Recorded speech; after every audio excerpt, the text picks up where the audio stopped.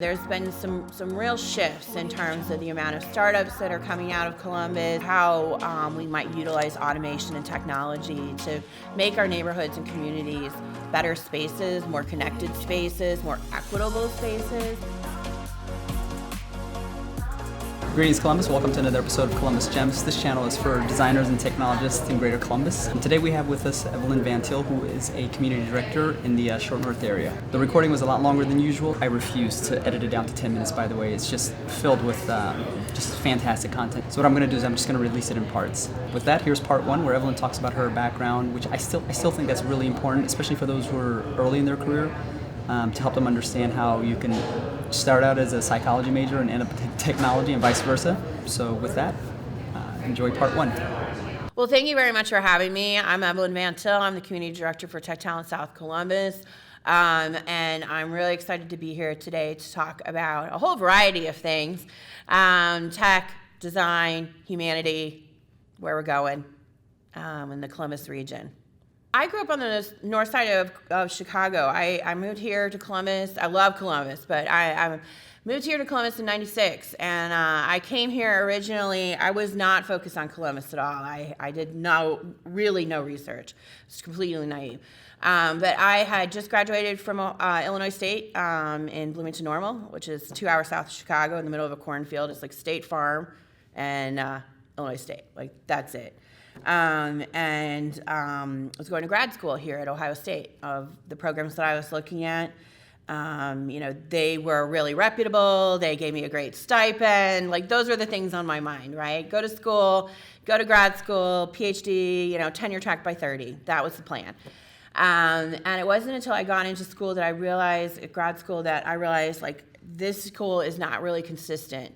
This is a goal that I thought I wanted, but turned out to not really, the opportunities really weren't there in terms of tenure track positions. I was seeing a market that was going to be like me winding up ABD, like adjunct, wandering, like, teaching cohort to cohort, 3 different universities, trying to make my way, and owing a huge student debt. And I was like, this is a great mission, but I don't think I need, 6 years of PhD school, writing a book and all of that.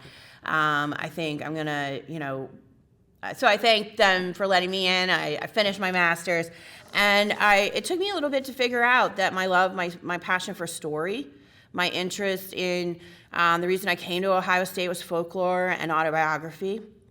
And really wanting to understand, myself and culture, the stories we tell about ourselves and who we are, and how that story creates our identity. It creates connections, it creates a sense of value, and it took me a little bit to connect that to marketing. It wasn't an immediate, like, oh, I know what I'm doing, so I went into marketing, right? I was like, I'm graduated, I need a job. And I found myself working for Icon Office Solutions. We sell copiers. And writing sales proposals and marketing, and from then went into a consulting role. I was the director. It was totally overblown title.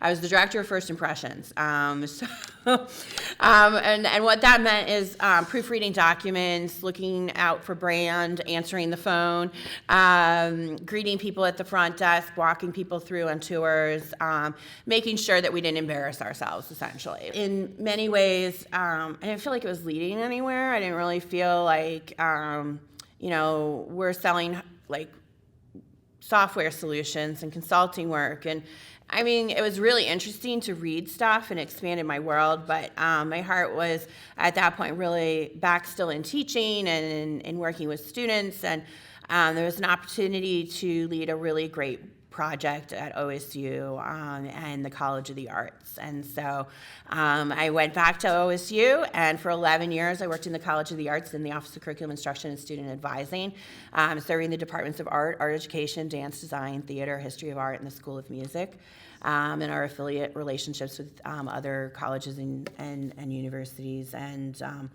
alumni recruiting. There were a lot of pieces to it, but the essential initial role was first-year experience and turning around our metrics. So we had some really bad student metrics in terms of graduation rates and GPA and student retention and student success, and we got the opportunity to show with a pilot project that we could really turn that around.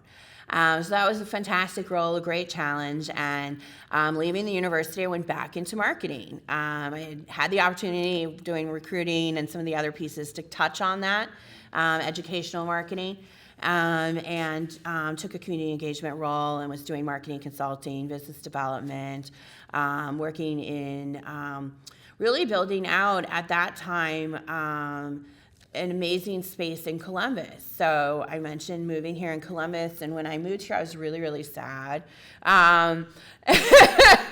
You know, I was a Chicago girl at heart, and I was like, what is up with the no food after like 9 p.m.? And I can't find breakfast. Where are the bagels and the schmear and the coffee, and like this brown stuff at White Castle is not coffee. I'm sorry. But I found Stoff's in Grandview. It was really fantastic, and that was one of those grounding moments when I started to make connections into Columbus. You know, and you can find your coffee shop, you can find some good food, and you're like, okay, like there's some promise here. Because, you know, initially the plan wasn't to stay in Columbus. You initially, like, get your PhD, go find a university, enter the tenure track, you'll go wherever the job is. But then realizing, you know, that wasn't going to happen, and then plugging into Columbus, finding those coffee shops, finding Sammy's, finding Alina's Food and Wine, finding those moments where there is something like really familiar and that reminded me of the food and the community, the neighborhoods that I loved in Chicago. And so plugging into neighborhoods in the Short North, particularly my neighborhood of Wineland Park, which has been an amazing journey. It's been it continues to be to push me, to grow me, I learn lessons there that I think are harder than going to school. I think being a good neighbor is probably the hardest thing I've ever done, and because I don't know what that means all the time, right? How do you juggle your commitments and being a good neighbor, and learning how to do that, and learning how to make a neighborhood that is one where anyone can connect with anyone. We have a huge immigrant population. We have a very diverse neighborhood because of not only Columbus, but the university and people coming into the space to learn and to grow and to connect. And it's just fantastic when you would go to neighborhood meetings, and there's literally people from 20 different countries speaking multiple languages. And the bringing and sharing of food and connecting that way is really fantastic. But it's been a thing that has allowed me to get to know myself. So in introducing myself, those are all the components, or, well, some of the many components that have enriched my life here in Columbus. And I'm excited to see our next chapters, because I think the growth that I've seen since 96 to 2008 to now 2019, it's really, in some ways, meteoric. In some ways, it's an amping up of the things that were already here, right? The immigrant cultures, the great food that oftentimes is hidden off on Cleveland Avenue or in some place in Hilliard that I had no idea existed when I was living out, you know, over by campus. And when you're a student, you're kind of focused in on your studies, and you're focused in on what you're doing there on the campus. There's such a rich diversity there that getting then connected to the larger region can be a challenge. But as we look at going forward, you know, there's been some real shifts in terms of the amount of startups that are coming out of Columbus, growing here, the national interest, Columbus increasingly showing up on indicators for national presence, events that are coming here, being hosted here, and the amazing conversations that are happening about what we can do.